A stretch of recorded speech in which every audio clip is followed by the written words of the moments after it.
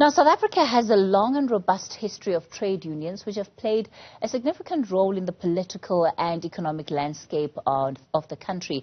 More recently, a number of wage strikes have been held as South Africans buckle under the economic pressure and high inflation. But there are questions about the future of trade unions and where they fit into broader South African society, in particular contemporary South African society. We're joined now by SAFTU's General Secretary Zwelinzima Vavi, the SA Cabin Crew Association President Zazi, Nsibanyoni-Mugambi, and the former Cosatu member and Labour analyst, Dr. Ebrahim Harvey. Good evening to all of you. Thank you so much for your time. We couldn't be having this conversation at a more appropriate moment. We've just come out of a week where we have seen ructions between what would be a Cosatu and the ANC, and the way in which the ANC was treated, again bringing the conversation of the future of trade unions in this country and whose interests trade unions have. I want to perhaps begin with getting each of your perspectives about the landscape and the labor environment in this country and where unions find themselves. Zazi, I'll begin with you. Well, firstly, I think it's a tough time for unions because unions clearly are under attack in terms of the narratives that are being painted out there. But unions are also extremely necessary. There's no case to be made on the question, are unions still relevant? Because as you see with the high retrenchments, the job losses that are taking over this country, we need unions to step in and be able to protect these workers, vulnerable workers that cannot speak for themselves. These are workers that cannot take themselves as an individual to labor court, for instance, and say, I've been treated unfairly, I'm not getting the correct working conditions. That's where unions need to play a space. And unfortunately, as unions, we are having high cases in the labor court. You know, we are not finding each other with employers. And it's become a very combative sort of interaction with employers. And it almost seems like a capitalist neoliberal agenda in order to say, unions are no longer needed, so we're trying to push them out and create this narrative that unions are disruptive, they like strikes. But we don't like strikes. Our members who are living in extremely difficult conditions, working conditions, are saying to us, you know, if people are not going to find us, we need to take action, and we take mandate from the people we represent. And there is definitely a space for trade unionism in this country. It's not even a question. Our history dictates that there's a space for trade unionism. I mean, Kathy, not even just for our members that we represent, but for broader society. Without unions, Kathy, would you be able to get a weekend off? I suppose not. Without that, would you be able to get a cap on 168 hours and you could be working 200 hours as some countries do? You wouldn't. That's all the work of trade unions over the years that we've built and gained momentum. And what we're seeing now is a climate where that's trying to be broken down. The perception needs to be created that unions are destructive. But without unions, you have an individual that has to fight for themselves, and that is difficult in this current environment. Who is attacking trade unions? Because you said trade unions are under attack. Well, you just have to look around in publications, newspapers, etc. It's a very big question on, you know, are unions necessary? Unions are killing businesses.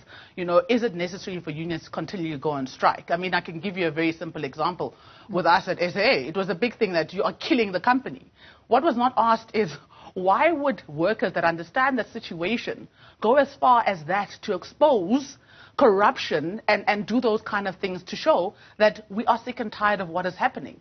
But instead, we get this pushback that does not look at the agenda that we are going on strike for, but just label us as, you know, people that are violent, we disruptive, which is not correct. So the attack, I mean, is from various, you know, publications, and I've seen it, and it's growing momentum. Okay, Mr. Vavi? Well, there's no doubt that the trade union movement at this particular point has been weakened, and by a number of factors, and weakened by itself, its own goals, or what I normally call the own goals, that is scores against itself, but it's also being weakened by the times, the system, the capitalist system. You are asking a question to Zazi, who is attacking the working class in this country and everywhere else in the world. It is the capitalist system, a system that is built around only one notion, that we shall all the time garner for greater levels of profits at all cost. And in that all cost, what we're seeing is more job losses. Zazi is saying that, is more workers being put in precarious kinds of employment, is more workers being forced to work overtime without any pay, is more workers being asked to work 7 days a week without any break, is more workers being asked to work even on Sunday, public holidays, and is more workers being casualized and being put under the labor brokering system. That's the attack. And it's an attack on wages as well. In South Africa in particular, it's a very interesting case. The wages of workers have been suppressed in this country since 1991, and you see that with the declining share of wages in the GDP, that the employers are somehow stronger than the trade union movement. And the trade union movement, in scoring its own goals, have been fragmenting, have been captured by the crisis of the other side, in particular corruption, self-serving, and not servicing workers, and by individualism, by the me-first notion, to hell with everybody else, and have allowed this ugly culture from the other side, the capitalist side, to permeate and to be inside the trade union and the workers' house. And as a result, some workers are giving up on unions because they see no difference between the trade unions and the ANC or the government that is failing them on a daily basis.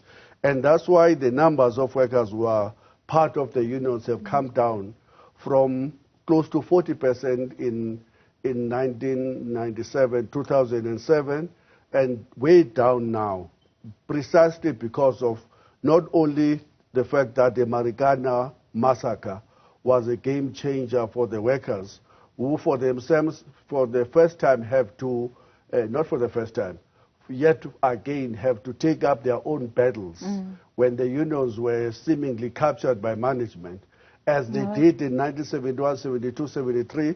They have to do that again in 2012 to say, but these guys are not representing us. Instead, these guys have been swallowed and are now living inside the belly of management. And so we will live and lead our own battles. And that's what Marikana was about. And that context, Mr. Vavi, is precisely why, you know, there is this question around the role and the relevance of unions in South Africa today. I know Zazi partly characterizes it as, you know, that coming from those that are outside of the union as a critique and as a way of attacking unions. But it is a critique of the state of affairs.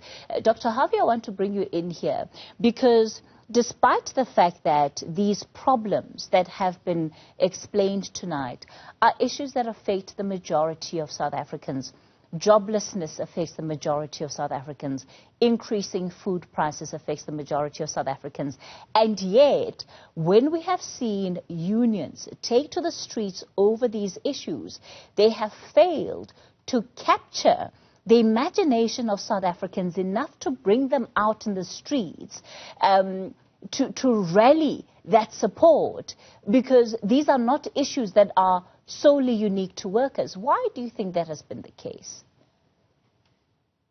Yeah, you know, in response to your question, Kathy, you know, I mean, I've been listening to the two earlier speakers. This thing is very complex, you know, what has happened to the trade unions in post-apartheid South Africa. And you've got to get down to, one must be very plain and simple and clear and straightforward, you know. The ANC government has been the biggest problem that has faced the trade union movement. I mean, it goes back to 1996 with the imposition of a very clear, distinct neoliberal program, massive consequences for the trade unions. And then you see numerous a tax on labor, and just last year, and the ANC government reneging on, a public sector wage agreement. But so there's a multiplicity of factors. But let me tell you, aside from the employers and the state, the trade unions themselves have done themselves a big disservice in numerous ways. There has been a serious lack of worker control, a loss of it, as a result of something which very few people, including Vavi, speaks about. And it startles me. Why not? Because let me tell you, internally within the trade unions, forget about what the ANC has done in the employers. The emergence of trade union investment companies, Kathy, lies at the root of the increasing corruption that you've seen in the trade unions, where workers' monies were stolen by officials of trade unions. Nobody wants to talk about it. In fact, I don't believe Dr. Harvey, adequate attention to this. I'm going to interject there. We'll pick up on that very point when we continue with our conversation. We continue our conversation on News at Prime tonight, focusing on the role and the future of trade unions. Why are we seeing this fragmentation that exists within the sector? And most importantly, why is it that unions are struggling to increase the rate of their membership, losing faith in as far as the credibility with South Africans is concerned?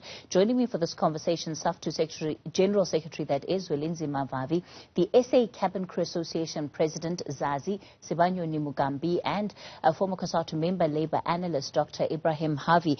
Dr. Harvey, sorry to have interjected there, but I really want to give you an opportunity to speak to this issue of what you believe is driving the division within individual trade unions. And it's about money, you say. No, it's partly a very big factor. Anyone who's done research on the trade unions would tell you one of the major factors, reasons for the decline of the trade unions and the loss of worker control is the emergence of trade union investment companies in the 1990s.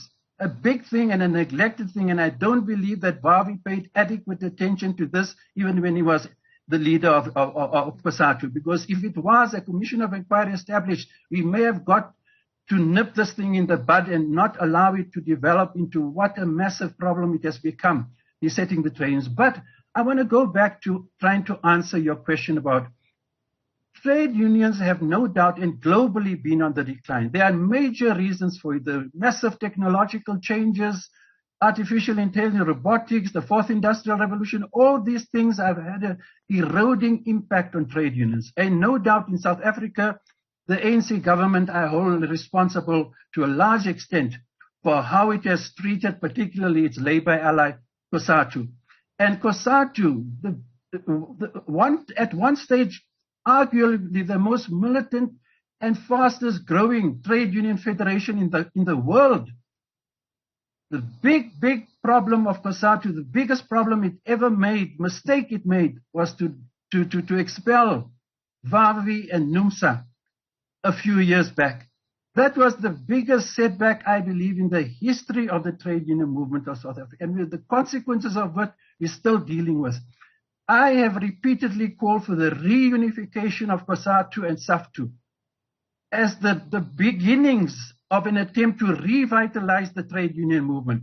They are, because they organize in the most important major sectors, strategic sectors of the economy.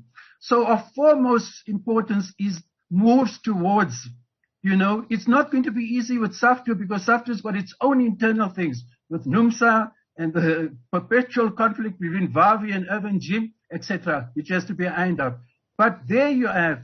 I think the public and workers more broadly would more eagerly rally behind the campaigns of Cosatu and NUMSA and SAFTU to the extent that they are uniting.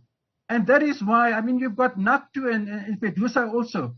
But that is further down the road. Right. Because they come from the same stable. SAFTU and Cosatu must take serious measures, exploit to reunify their ranks.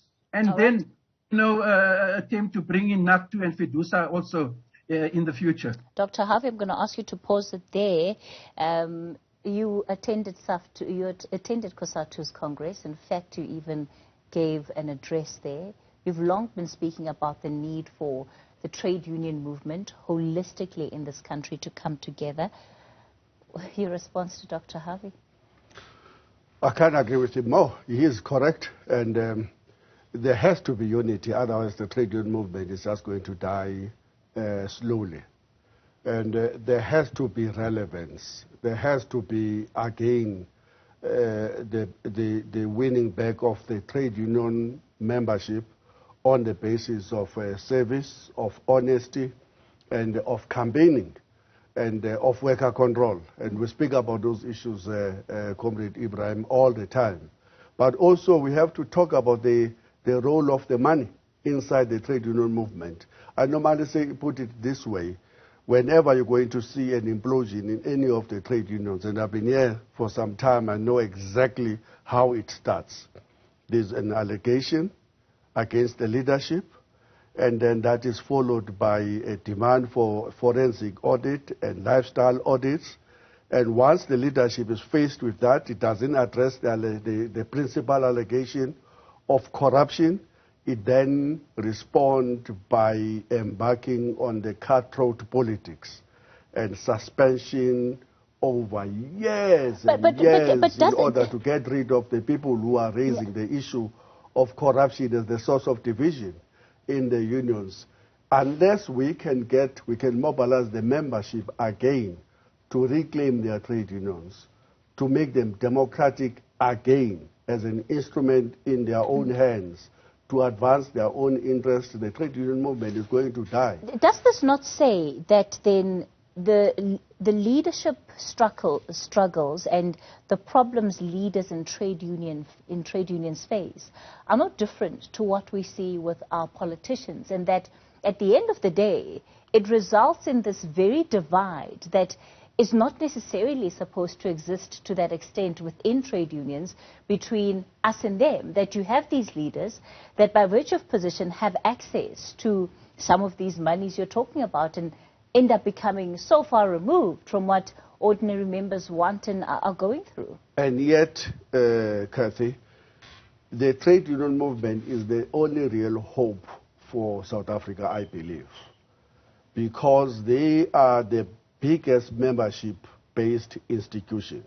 There are more than 4 million people who belong to trade unions, who loyally pay dues to the unions every end of the month or every fortnight. And if you want to reconstruct this society, which we all agree we are losing it, and it is drifting towards a failed state. But if you want to win back a society of our dreams, you've got to start by focusing on ensuring that the trade union movement itself is the first to be rescued from the crisis that we are facing in the country. Zazi? So yes, the issue of unity has become more than just a slogan, sacrosanct as we normally say. It has to be something that every leader is totally committed to, and that's why we went to the Cosatu Congress to say to those workers, but none of you are strong enough, none of us are strong enough to be able to, for example, stop the government's austerity program. We are facing a 3%, and in addition to the wage freeze that the government has imposed since 2020, Cosatu alone will not win that battle. It needs FEDUSA, NACTU, SAFTU to fight together in a common battle. And let that be just one example. We've seen other examples already where unions across the federations have been fighting at the SAA together.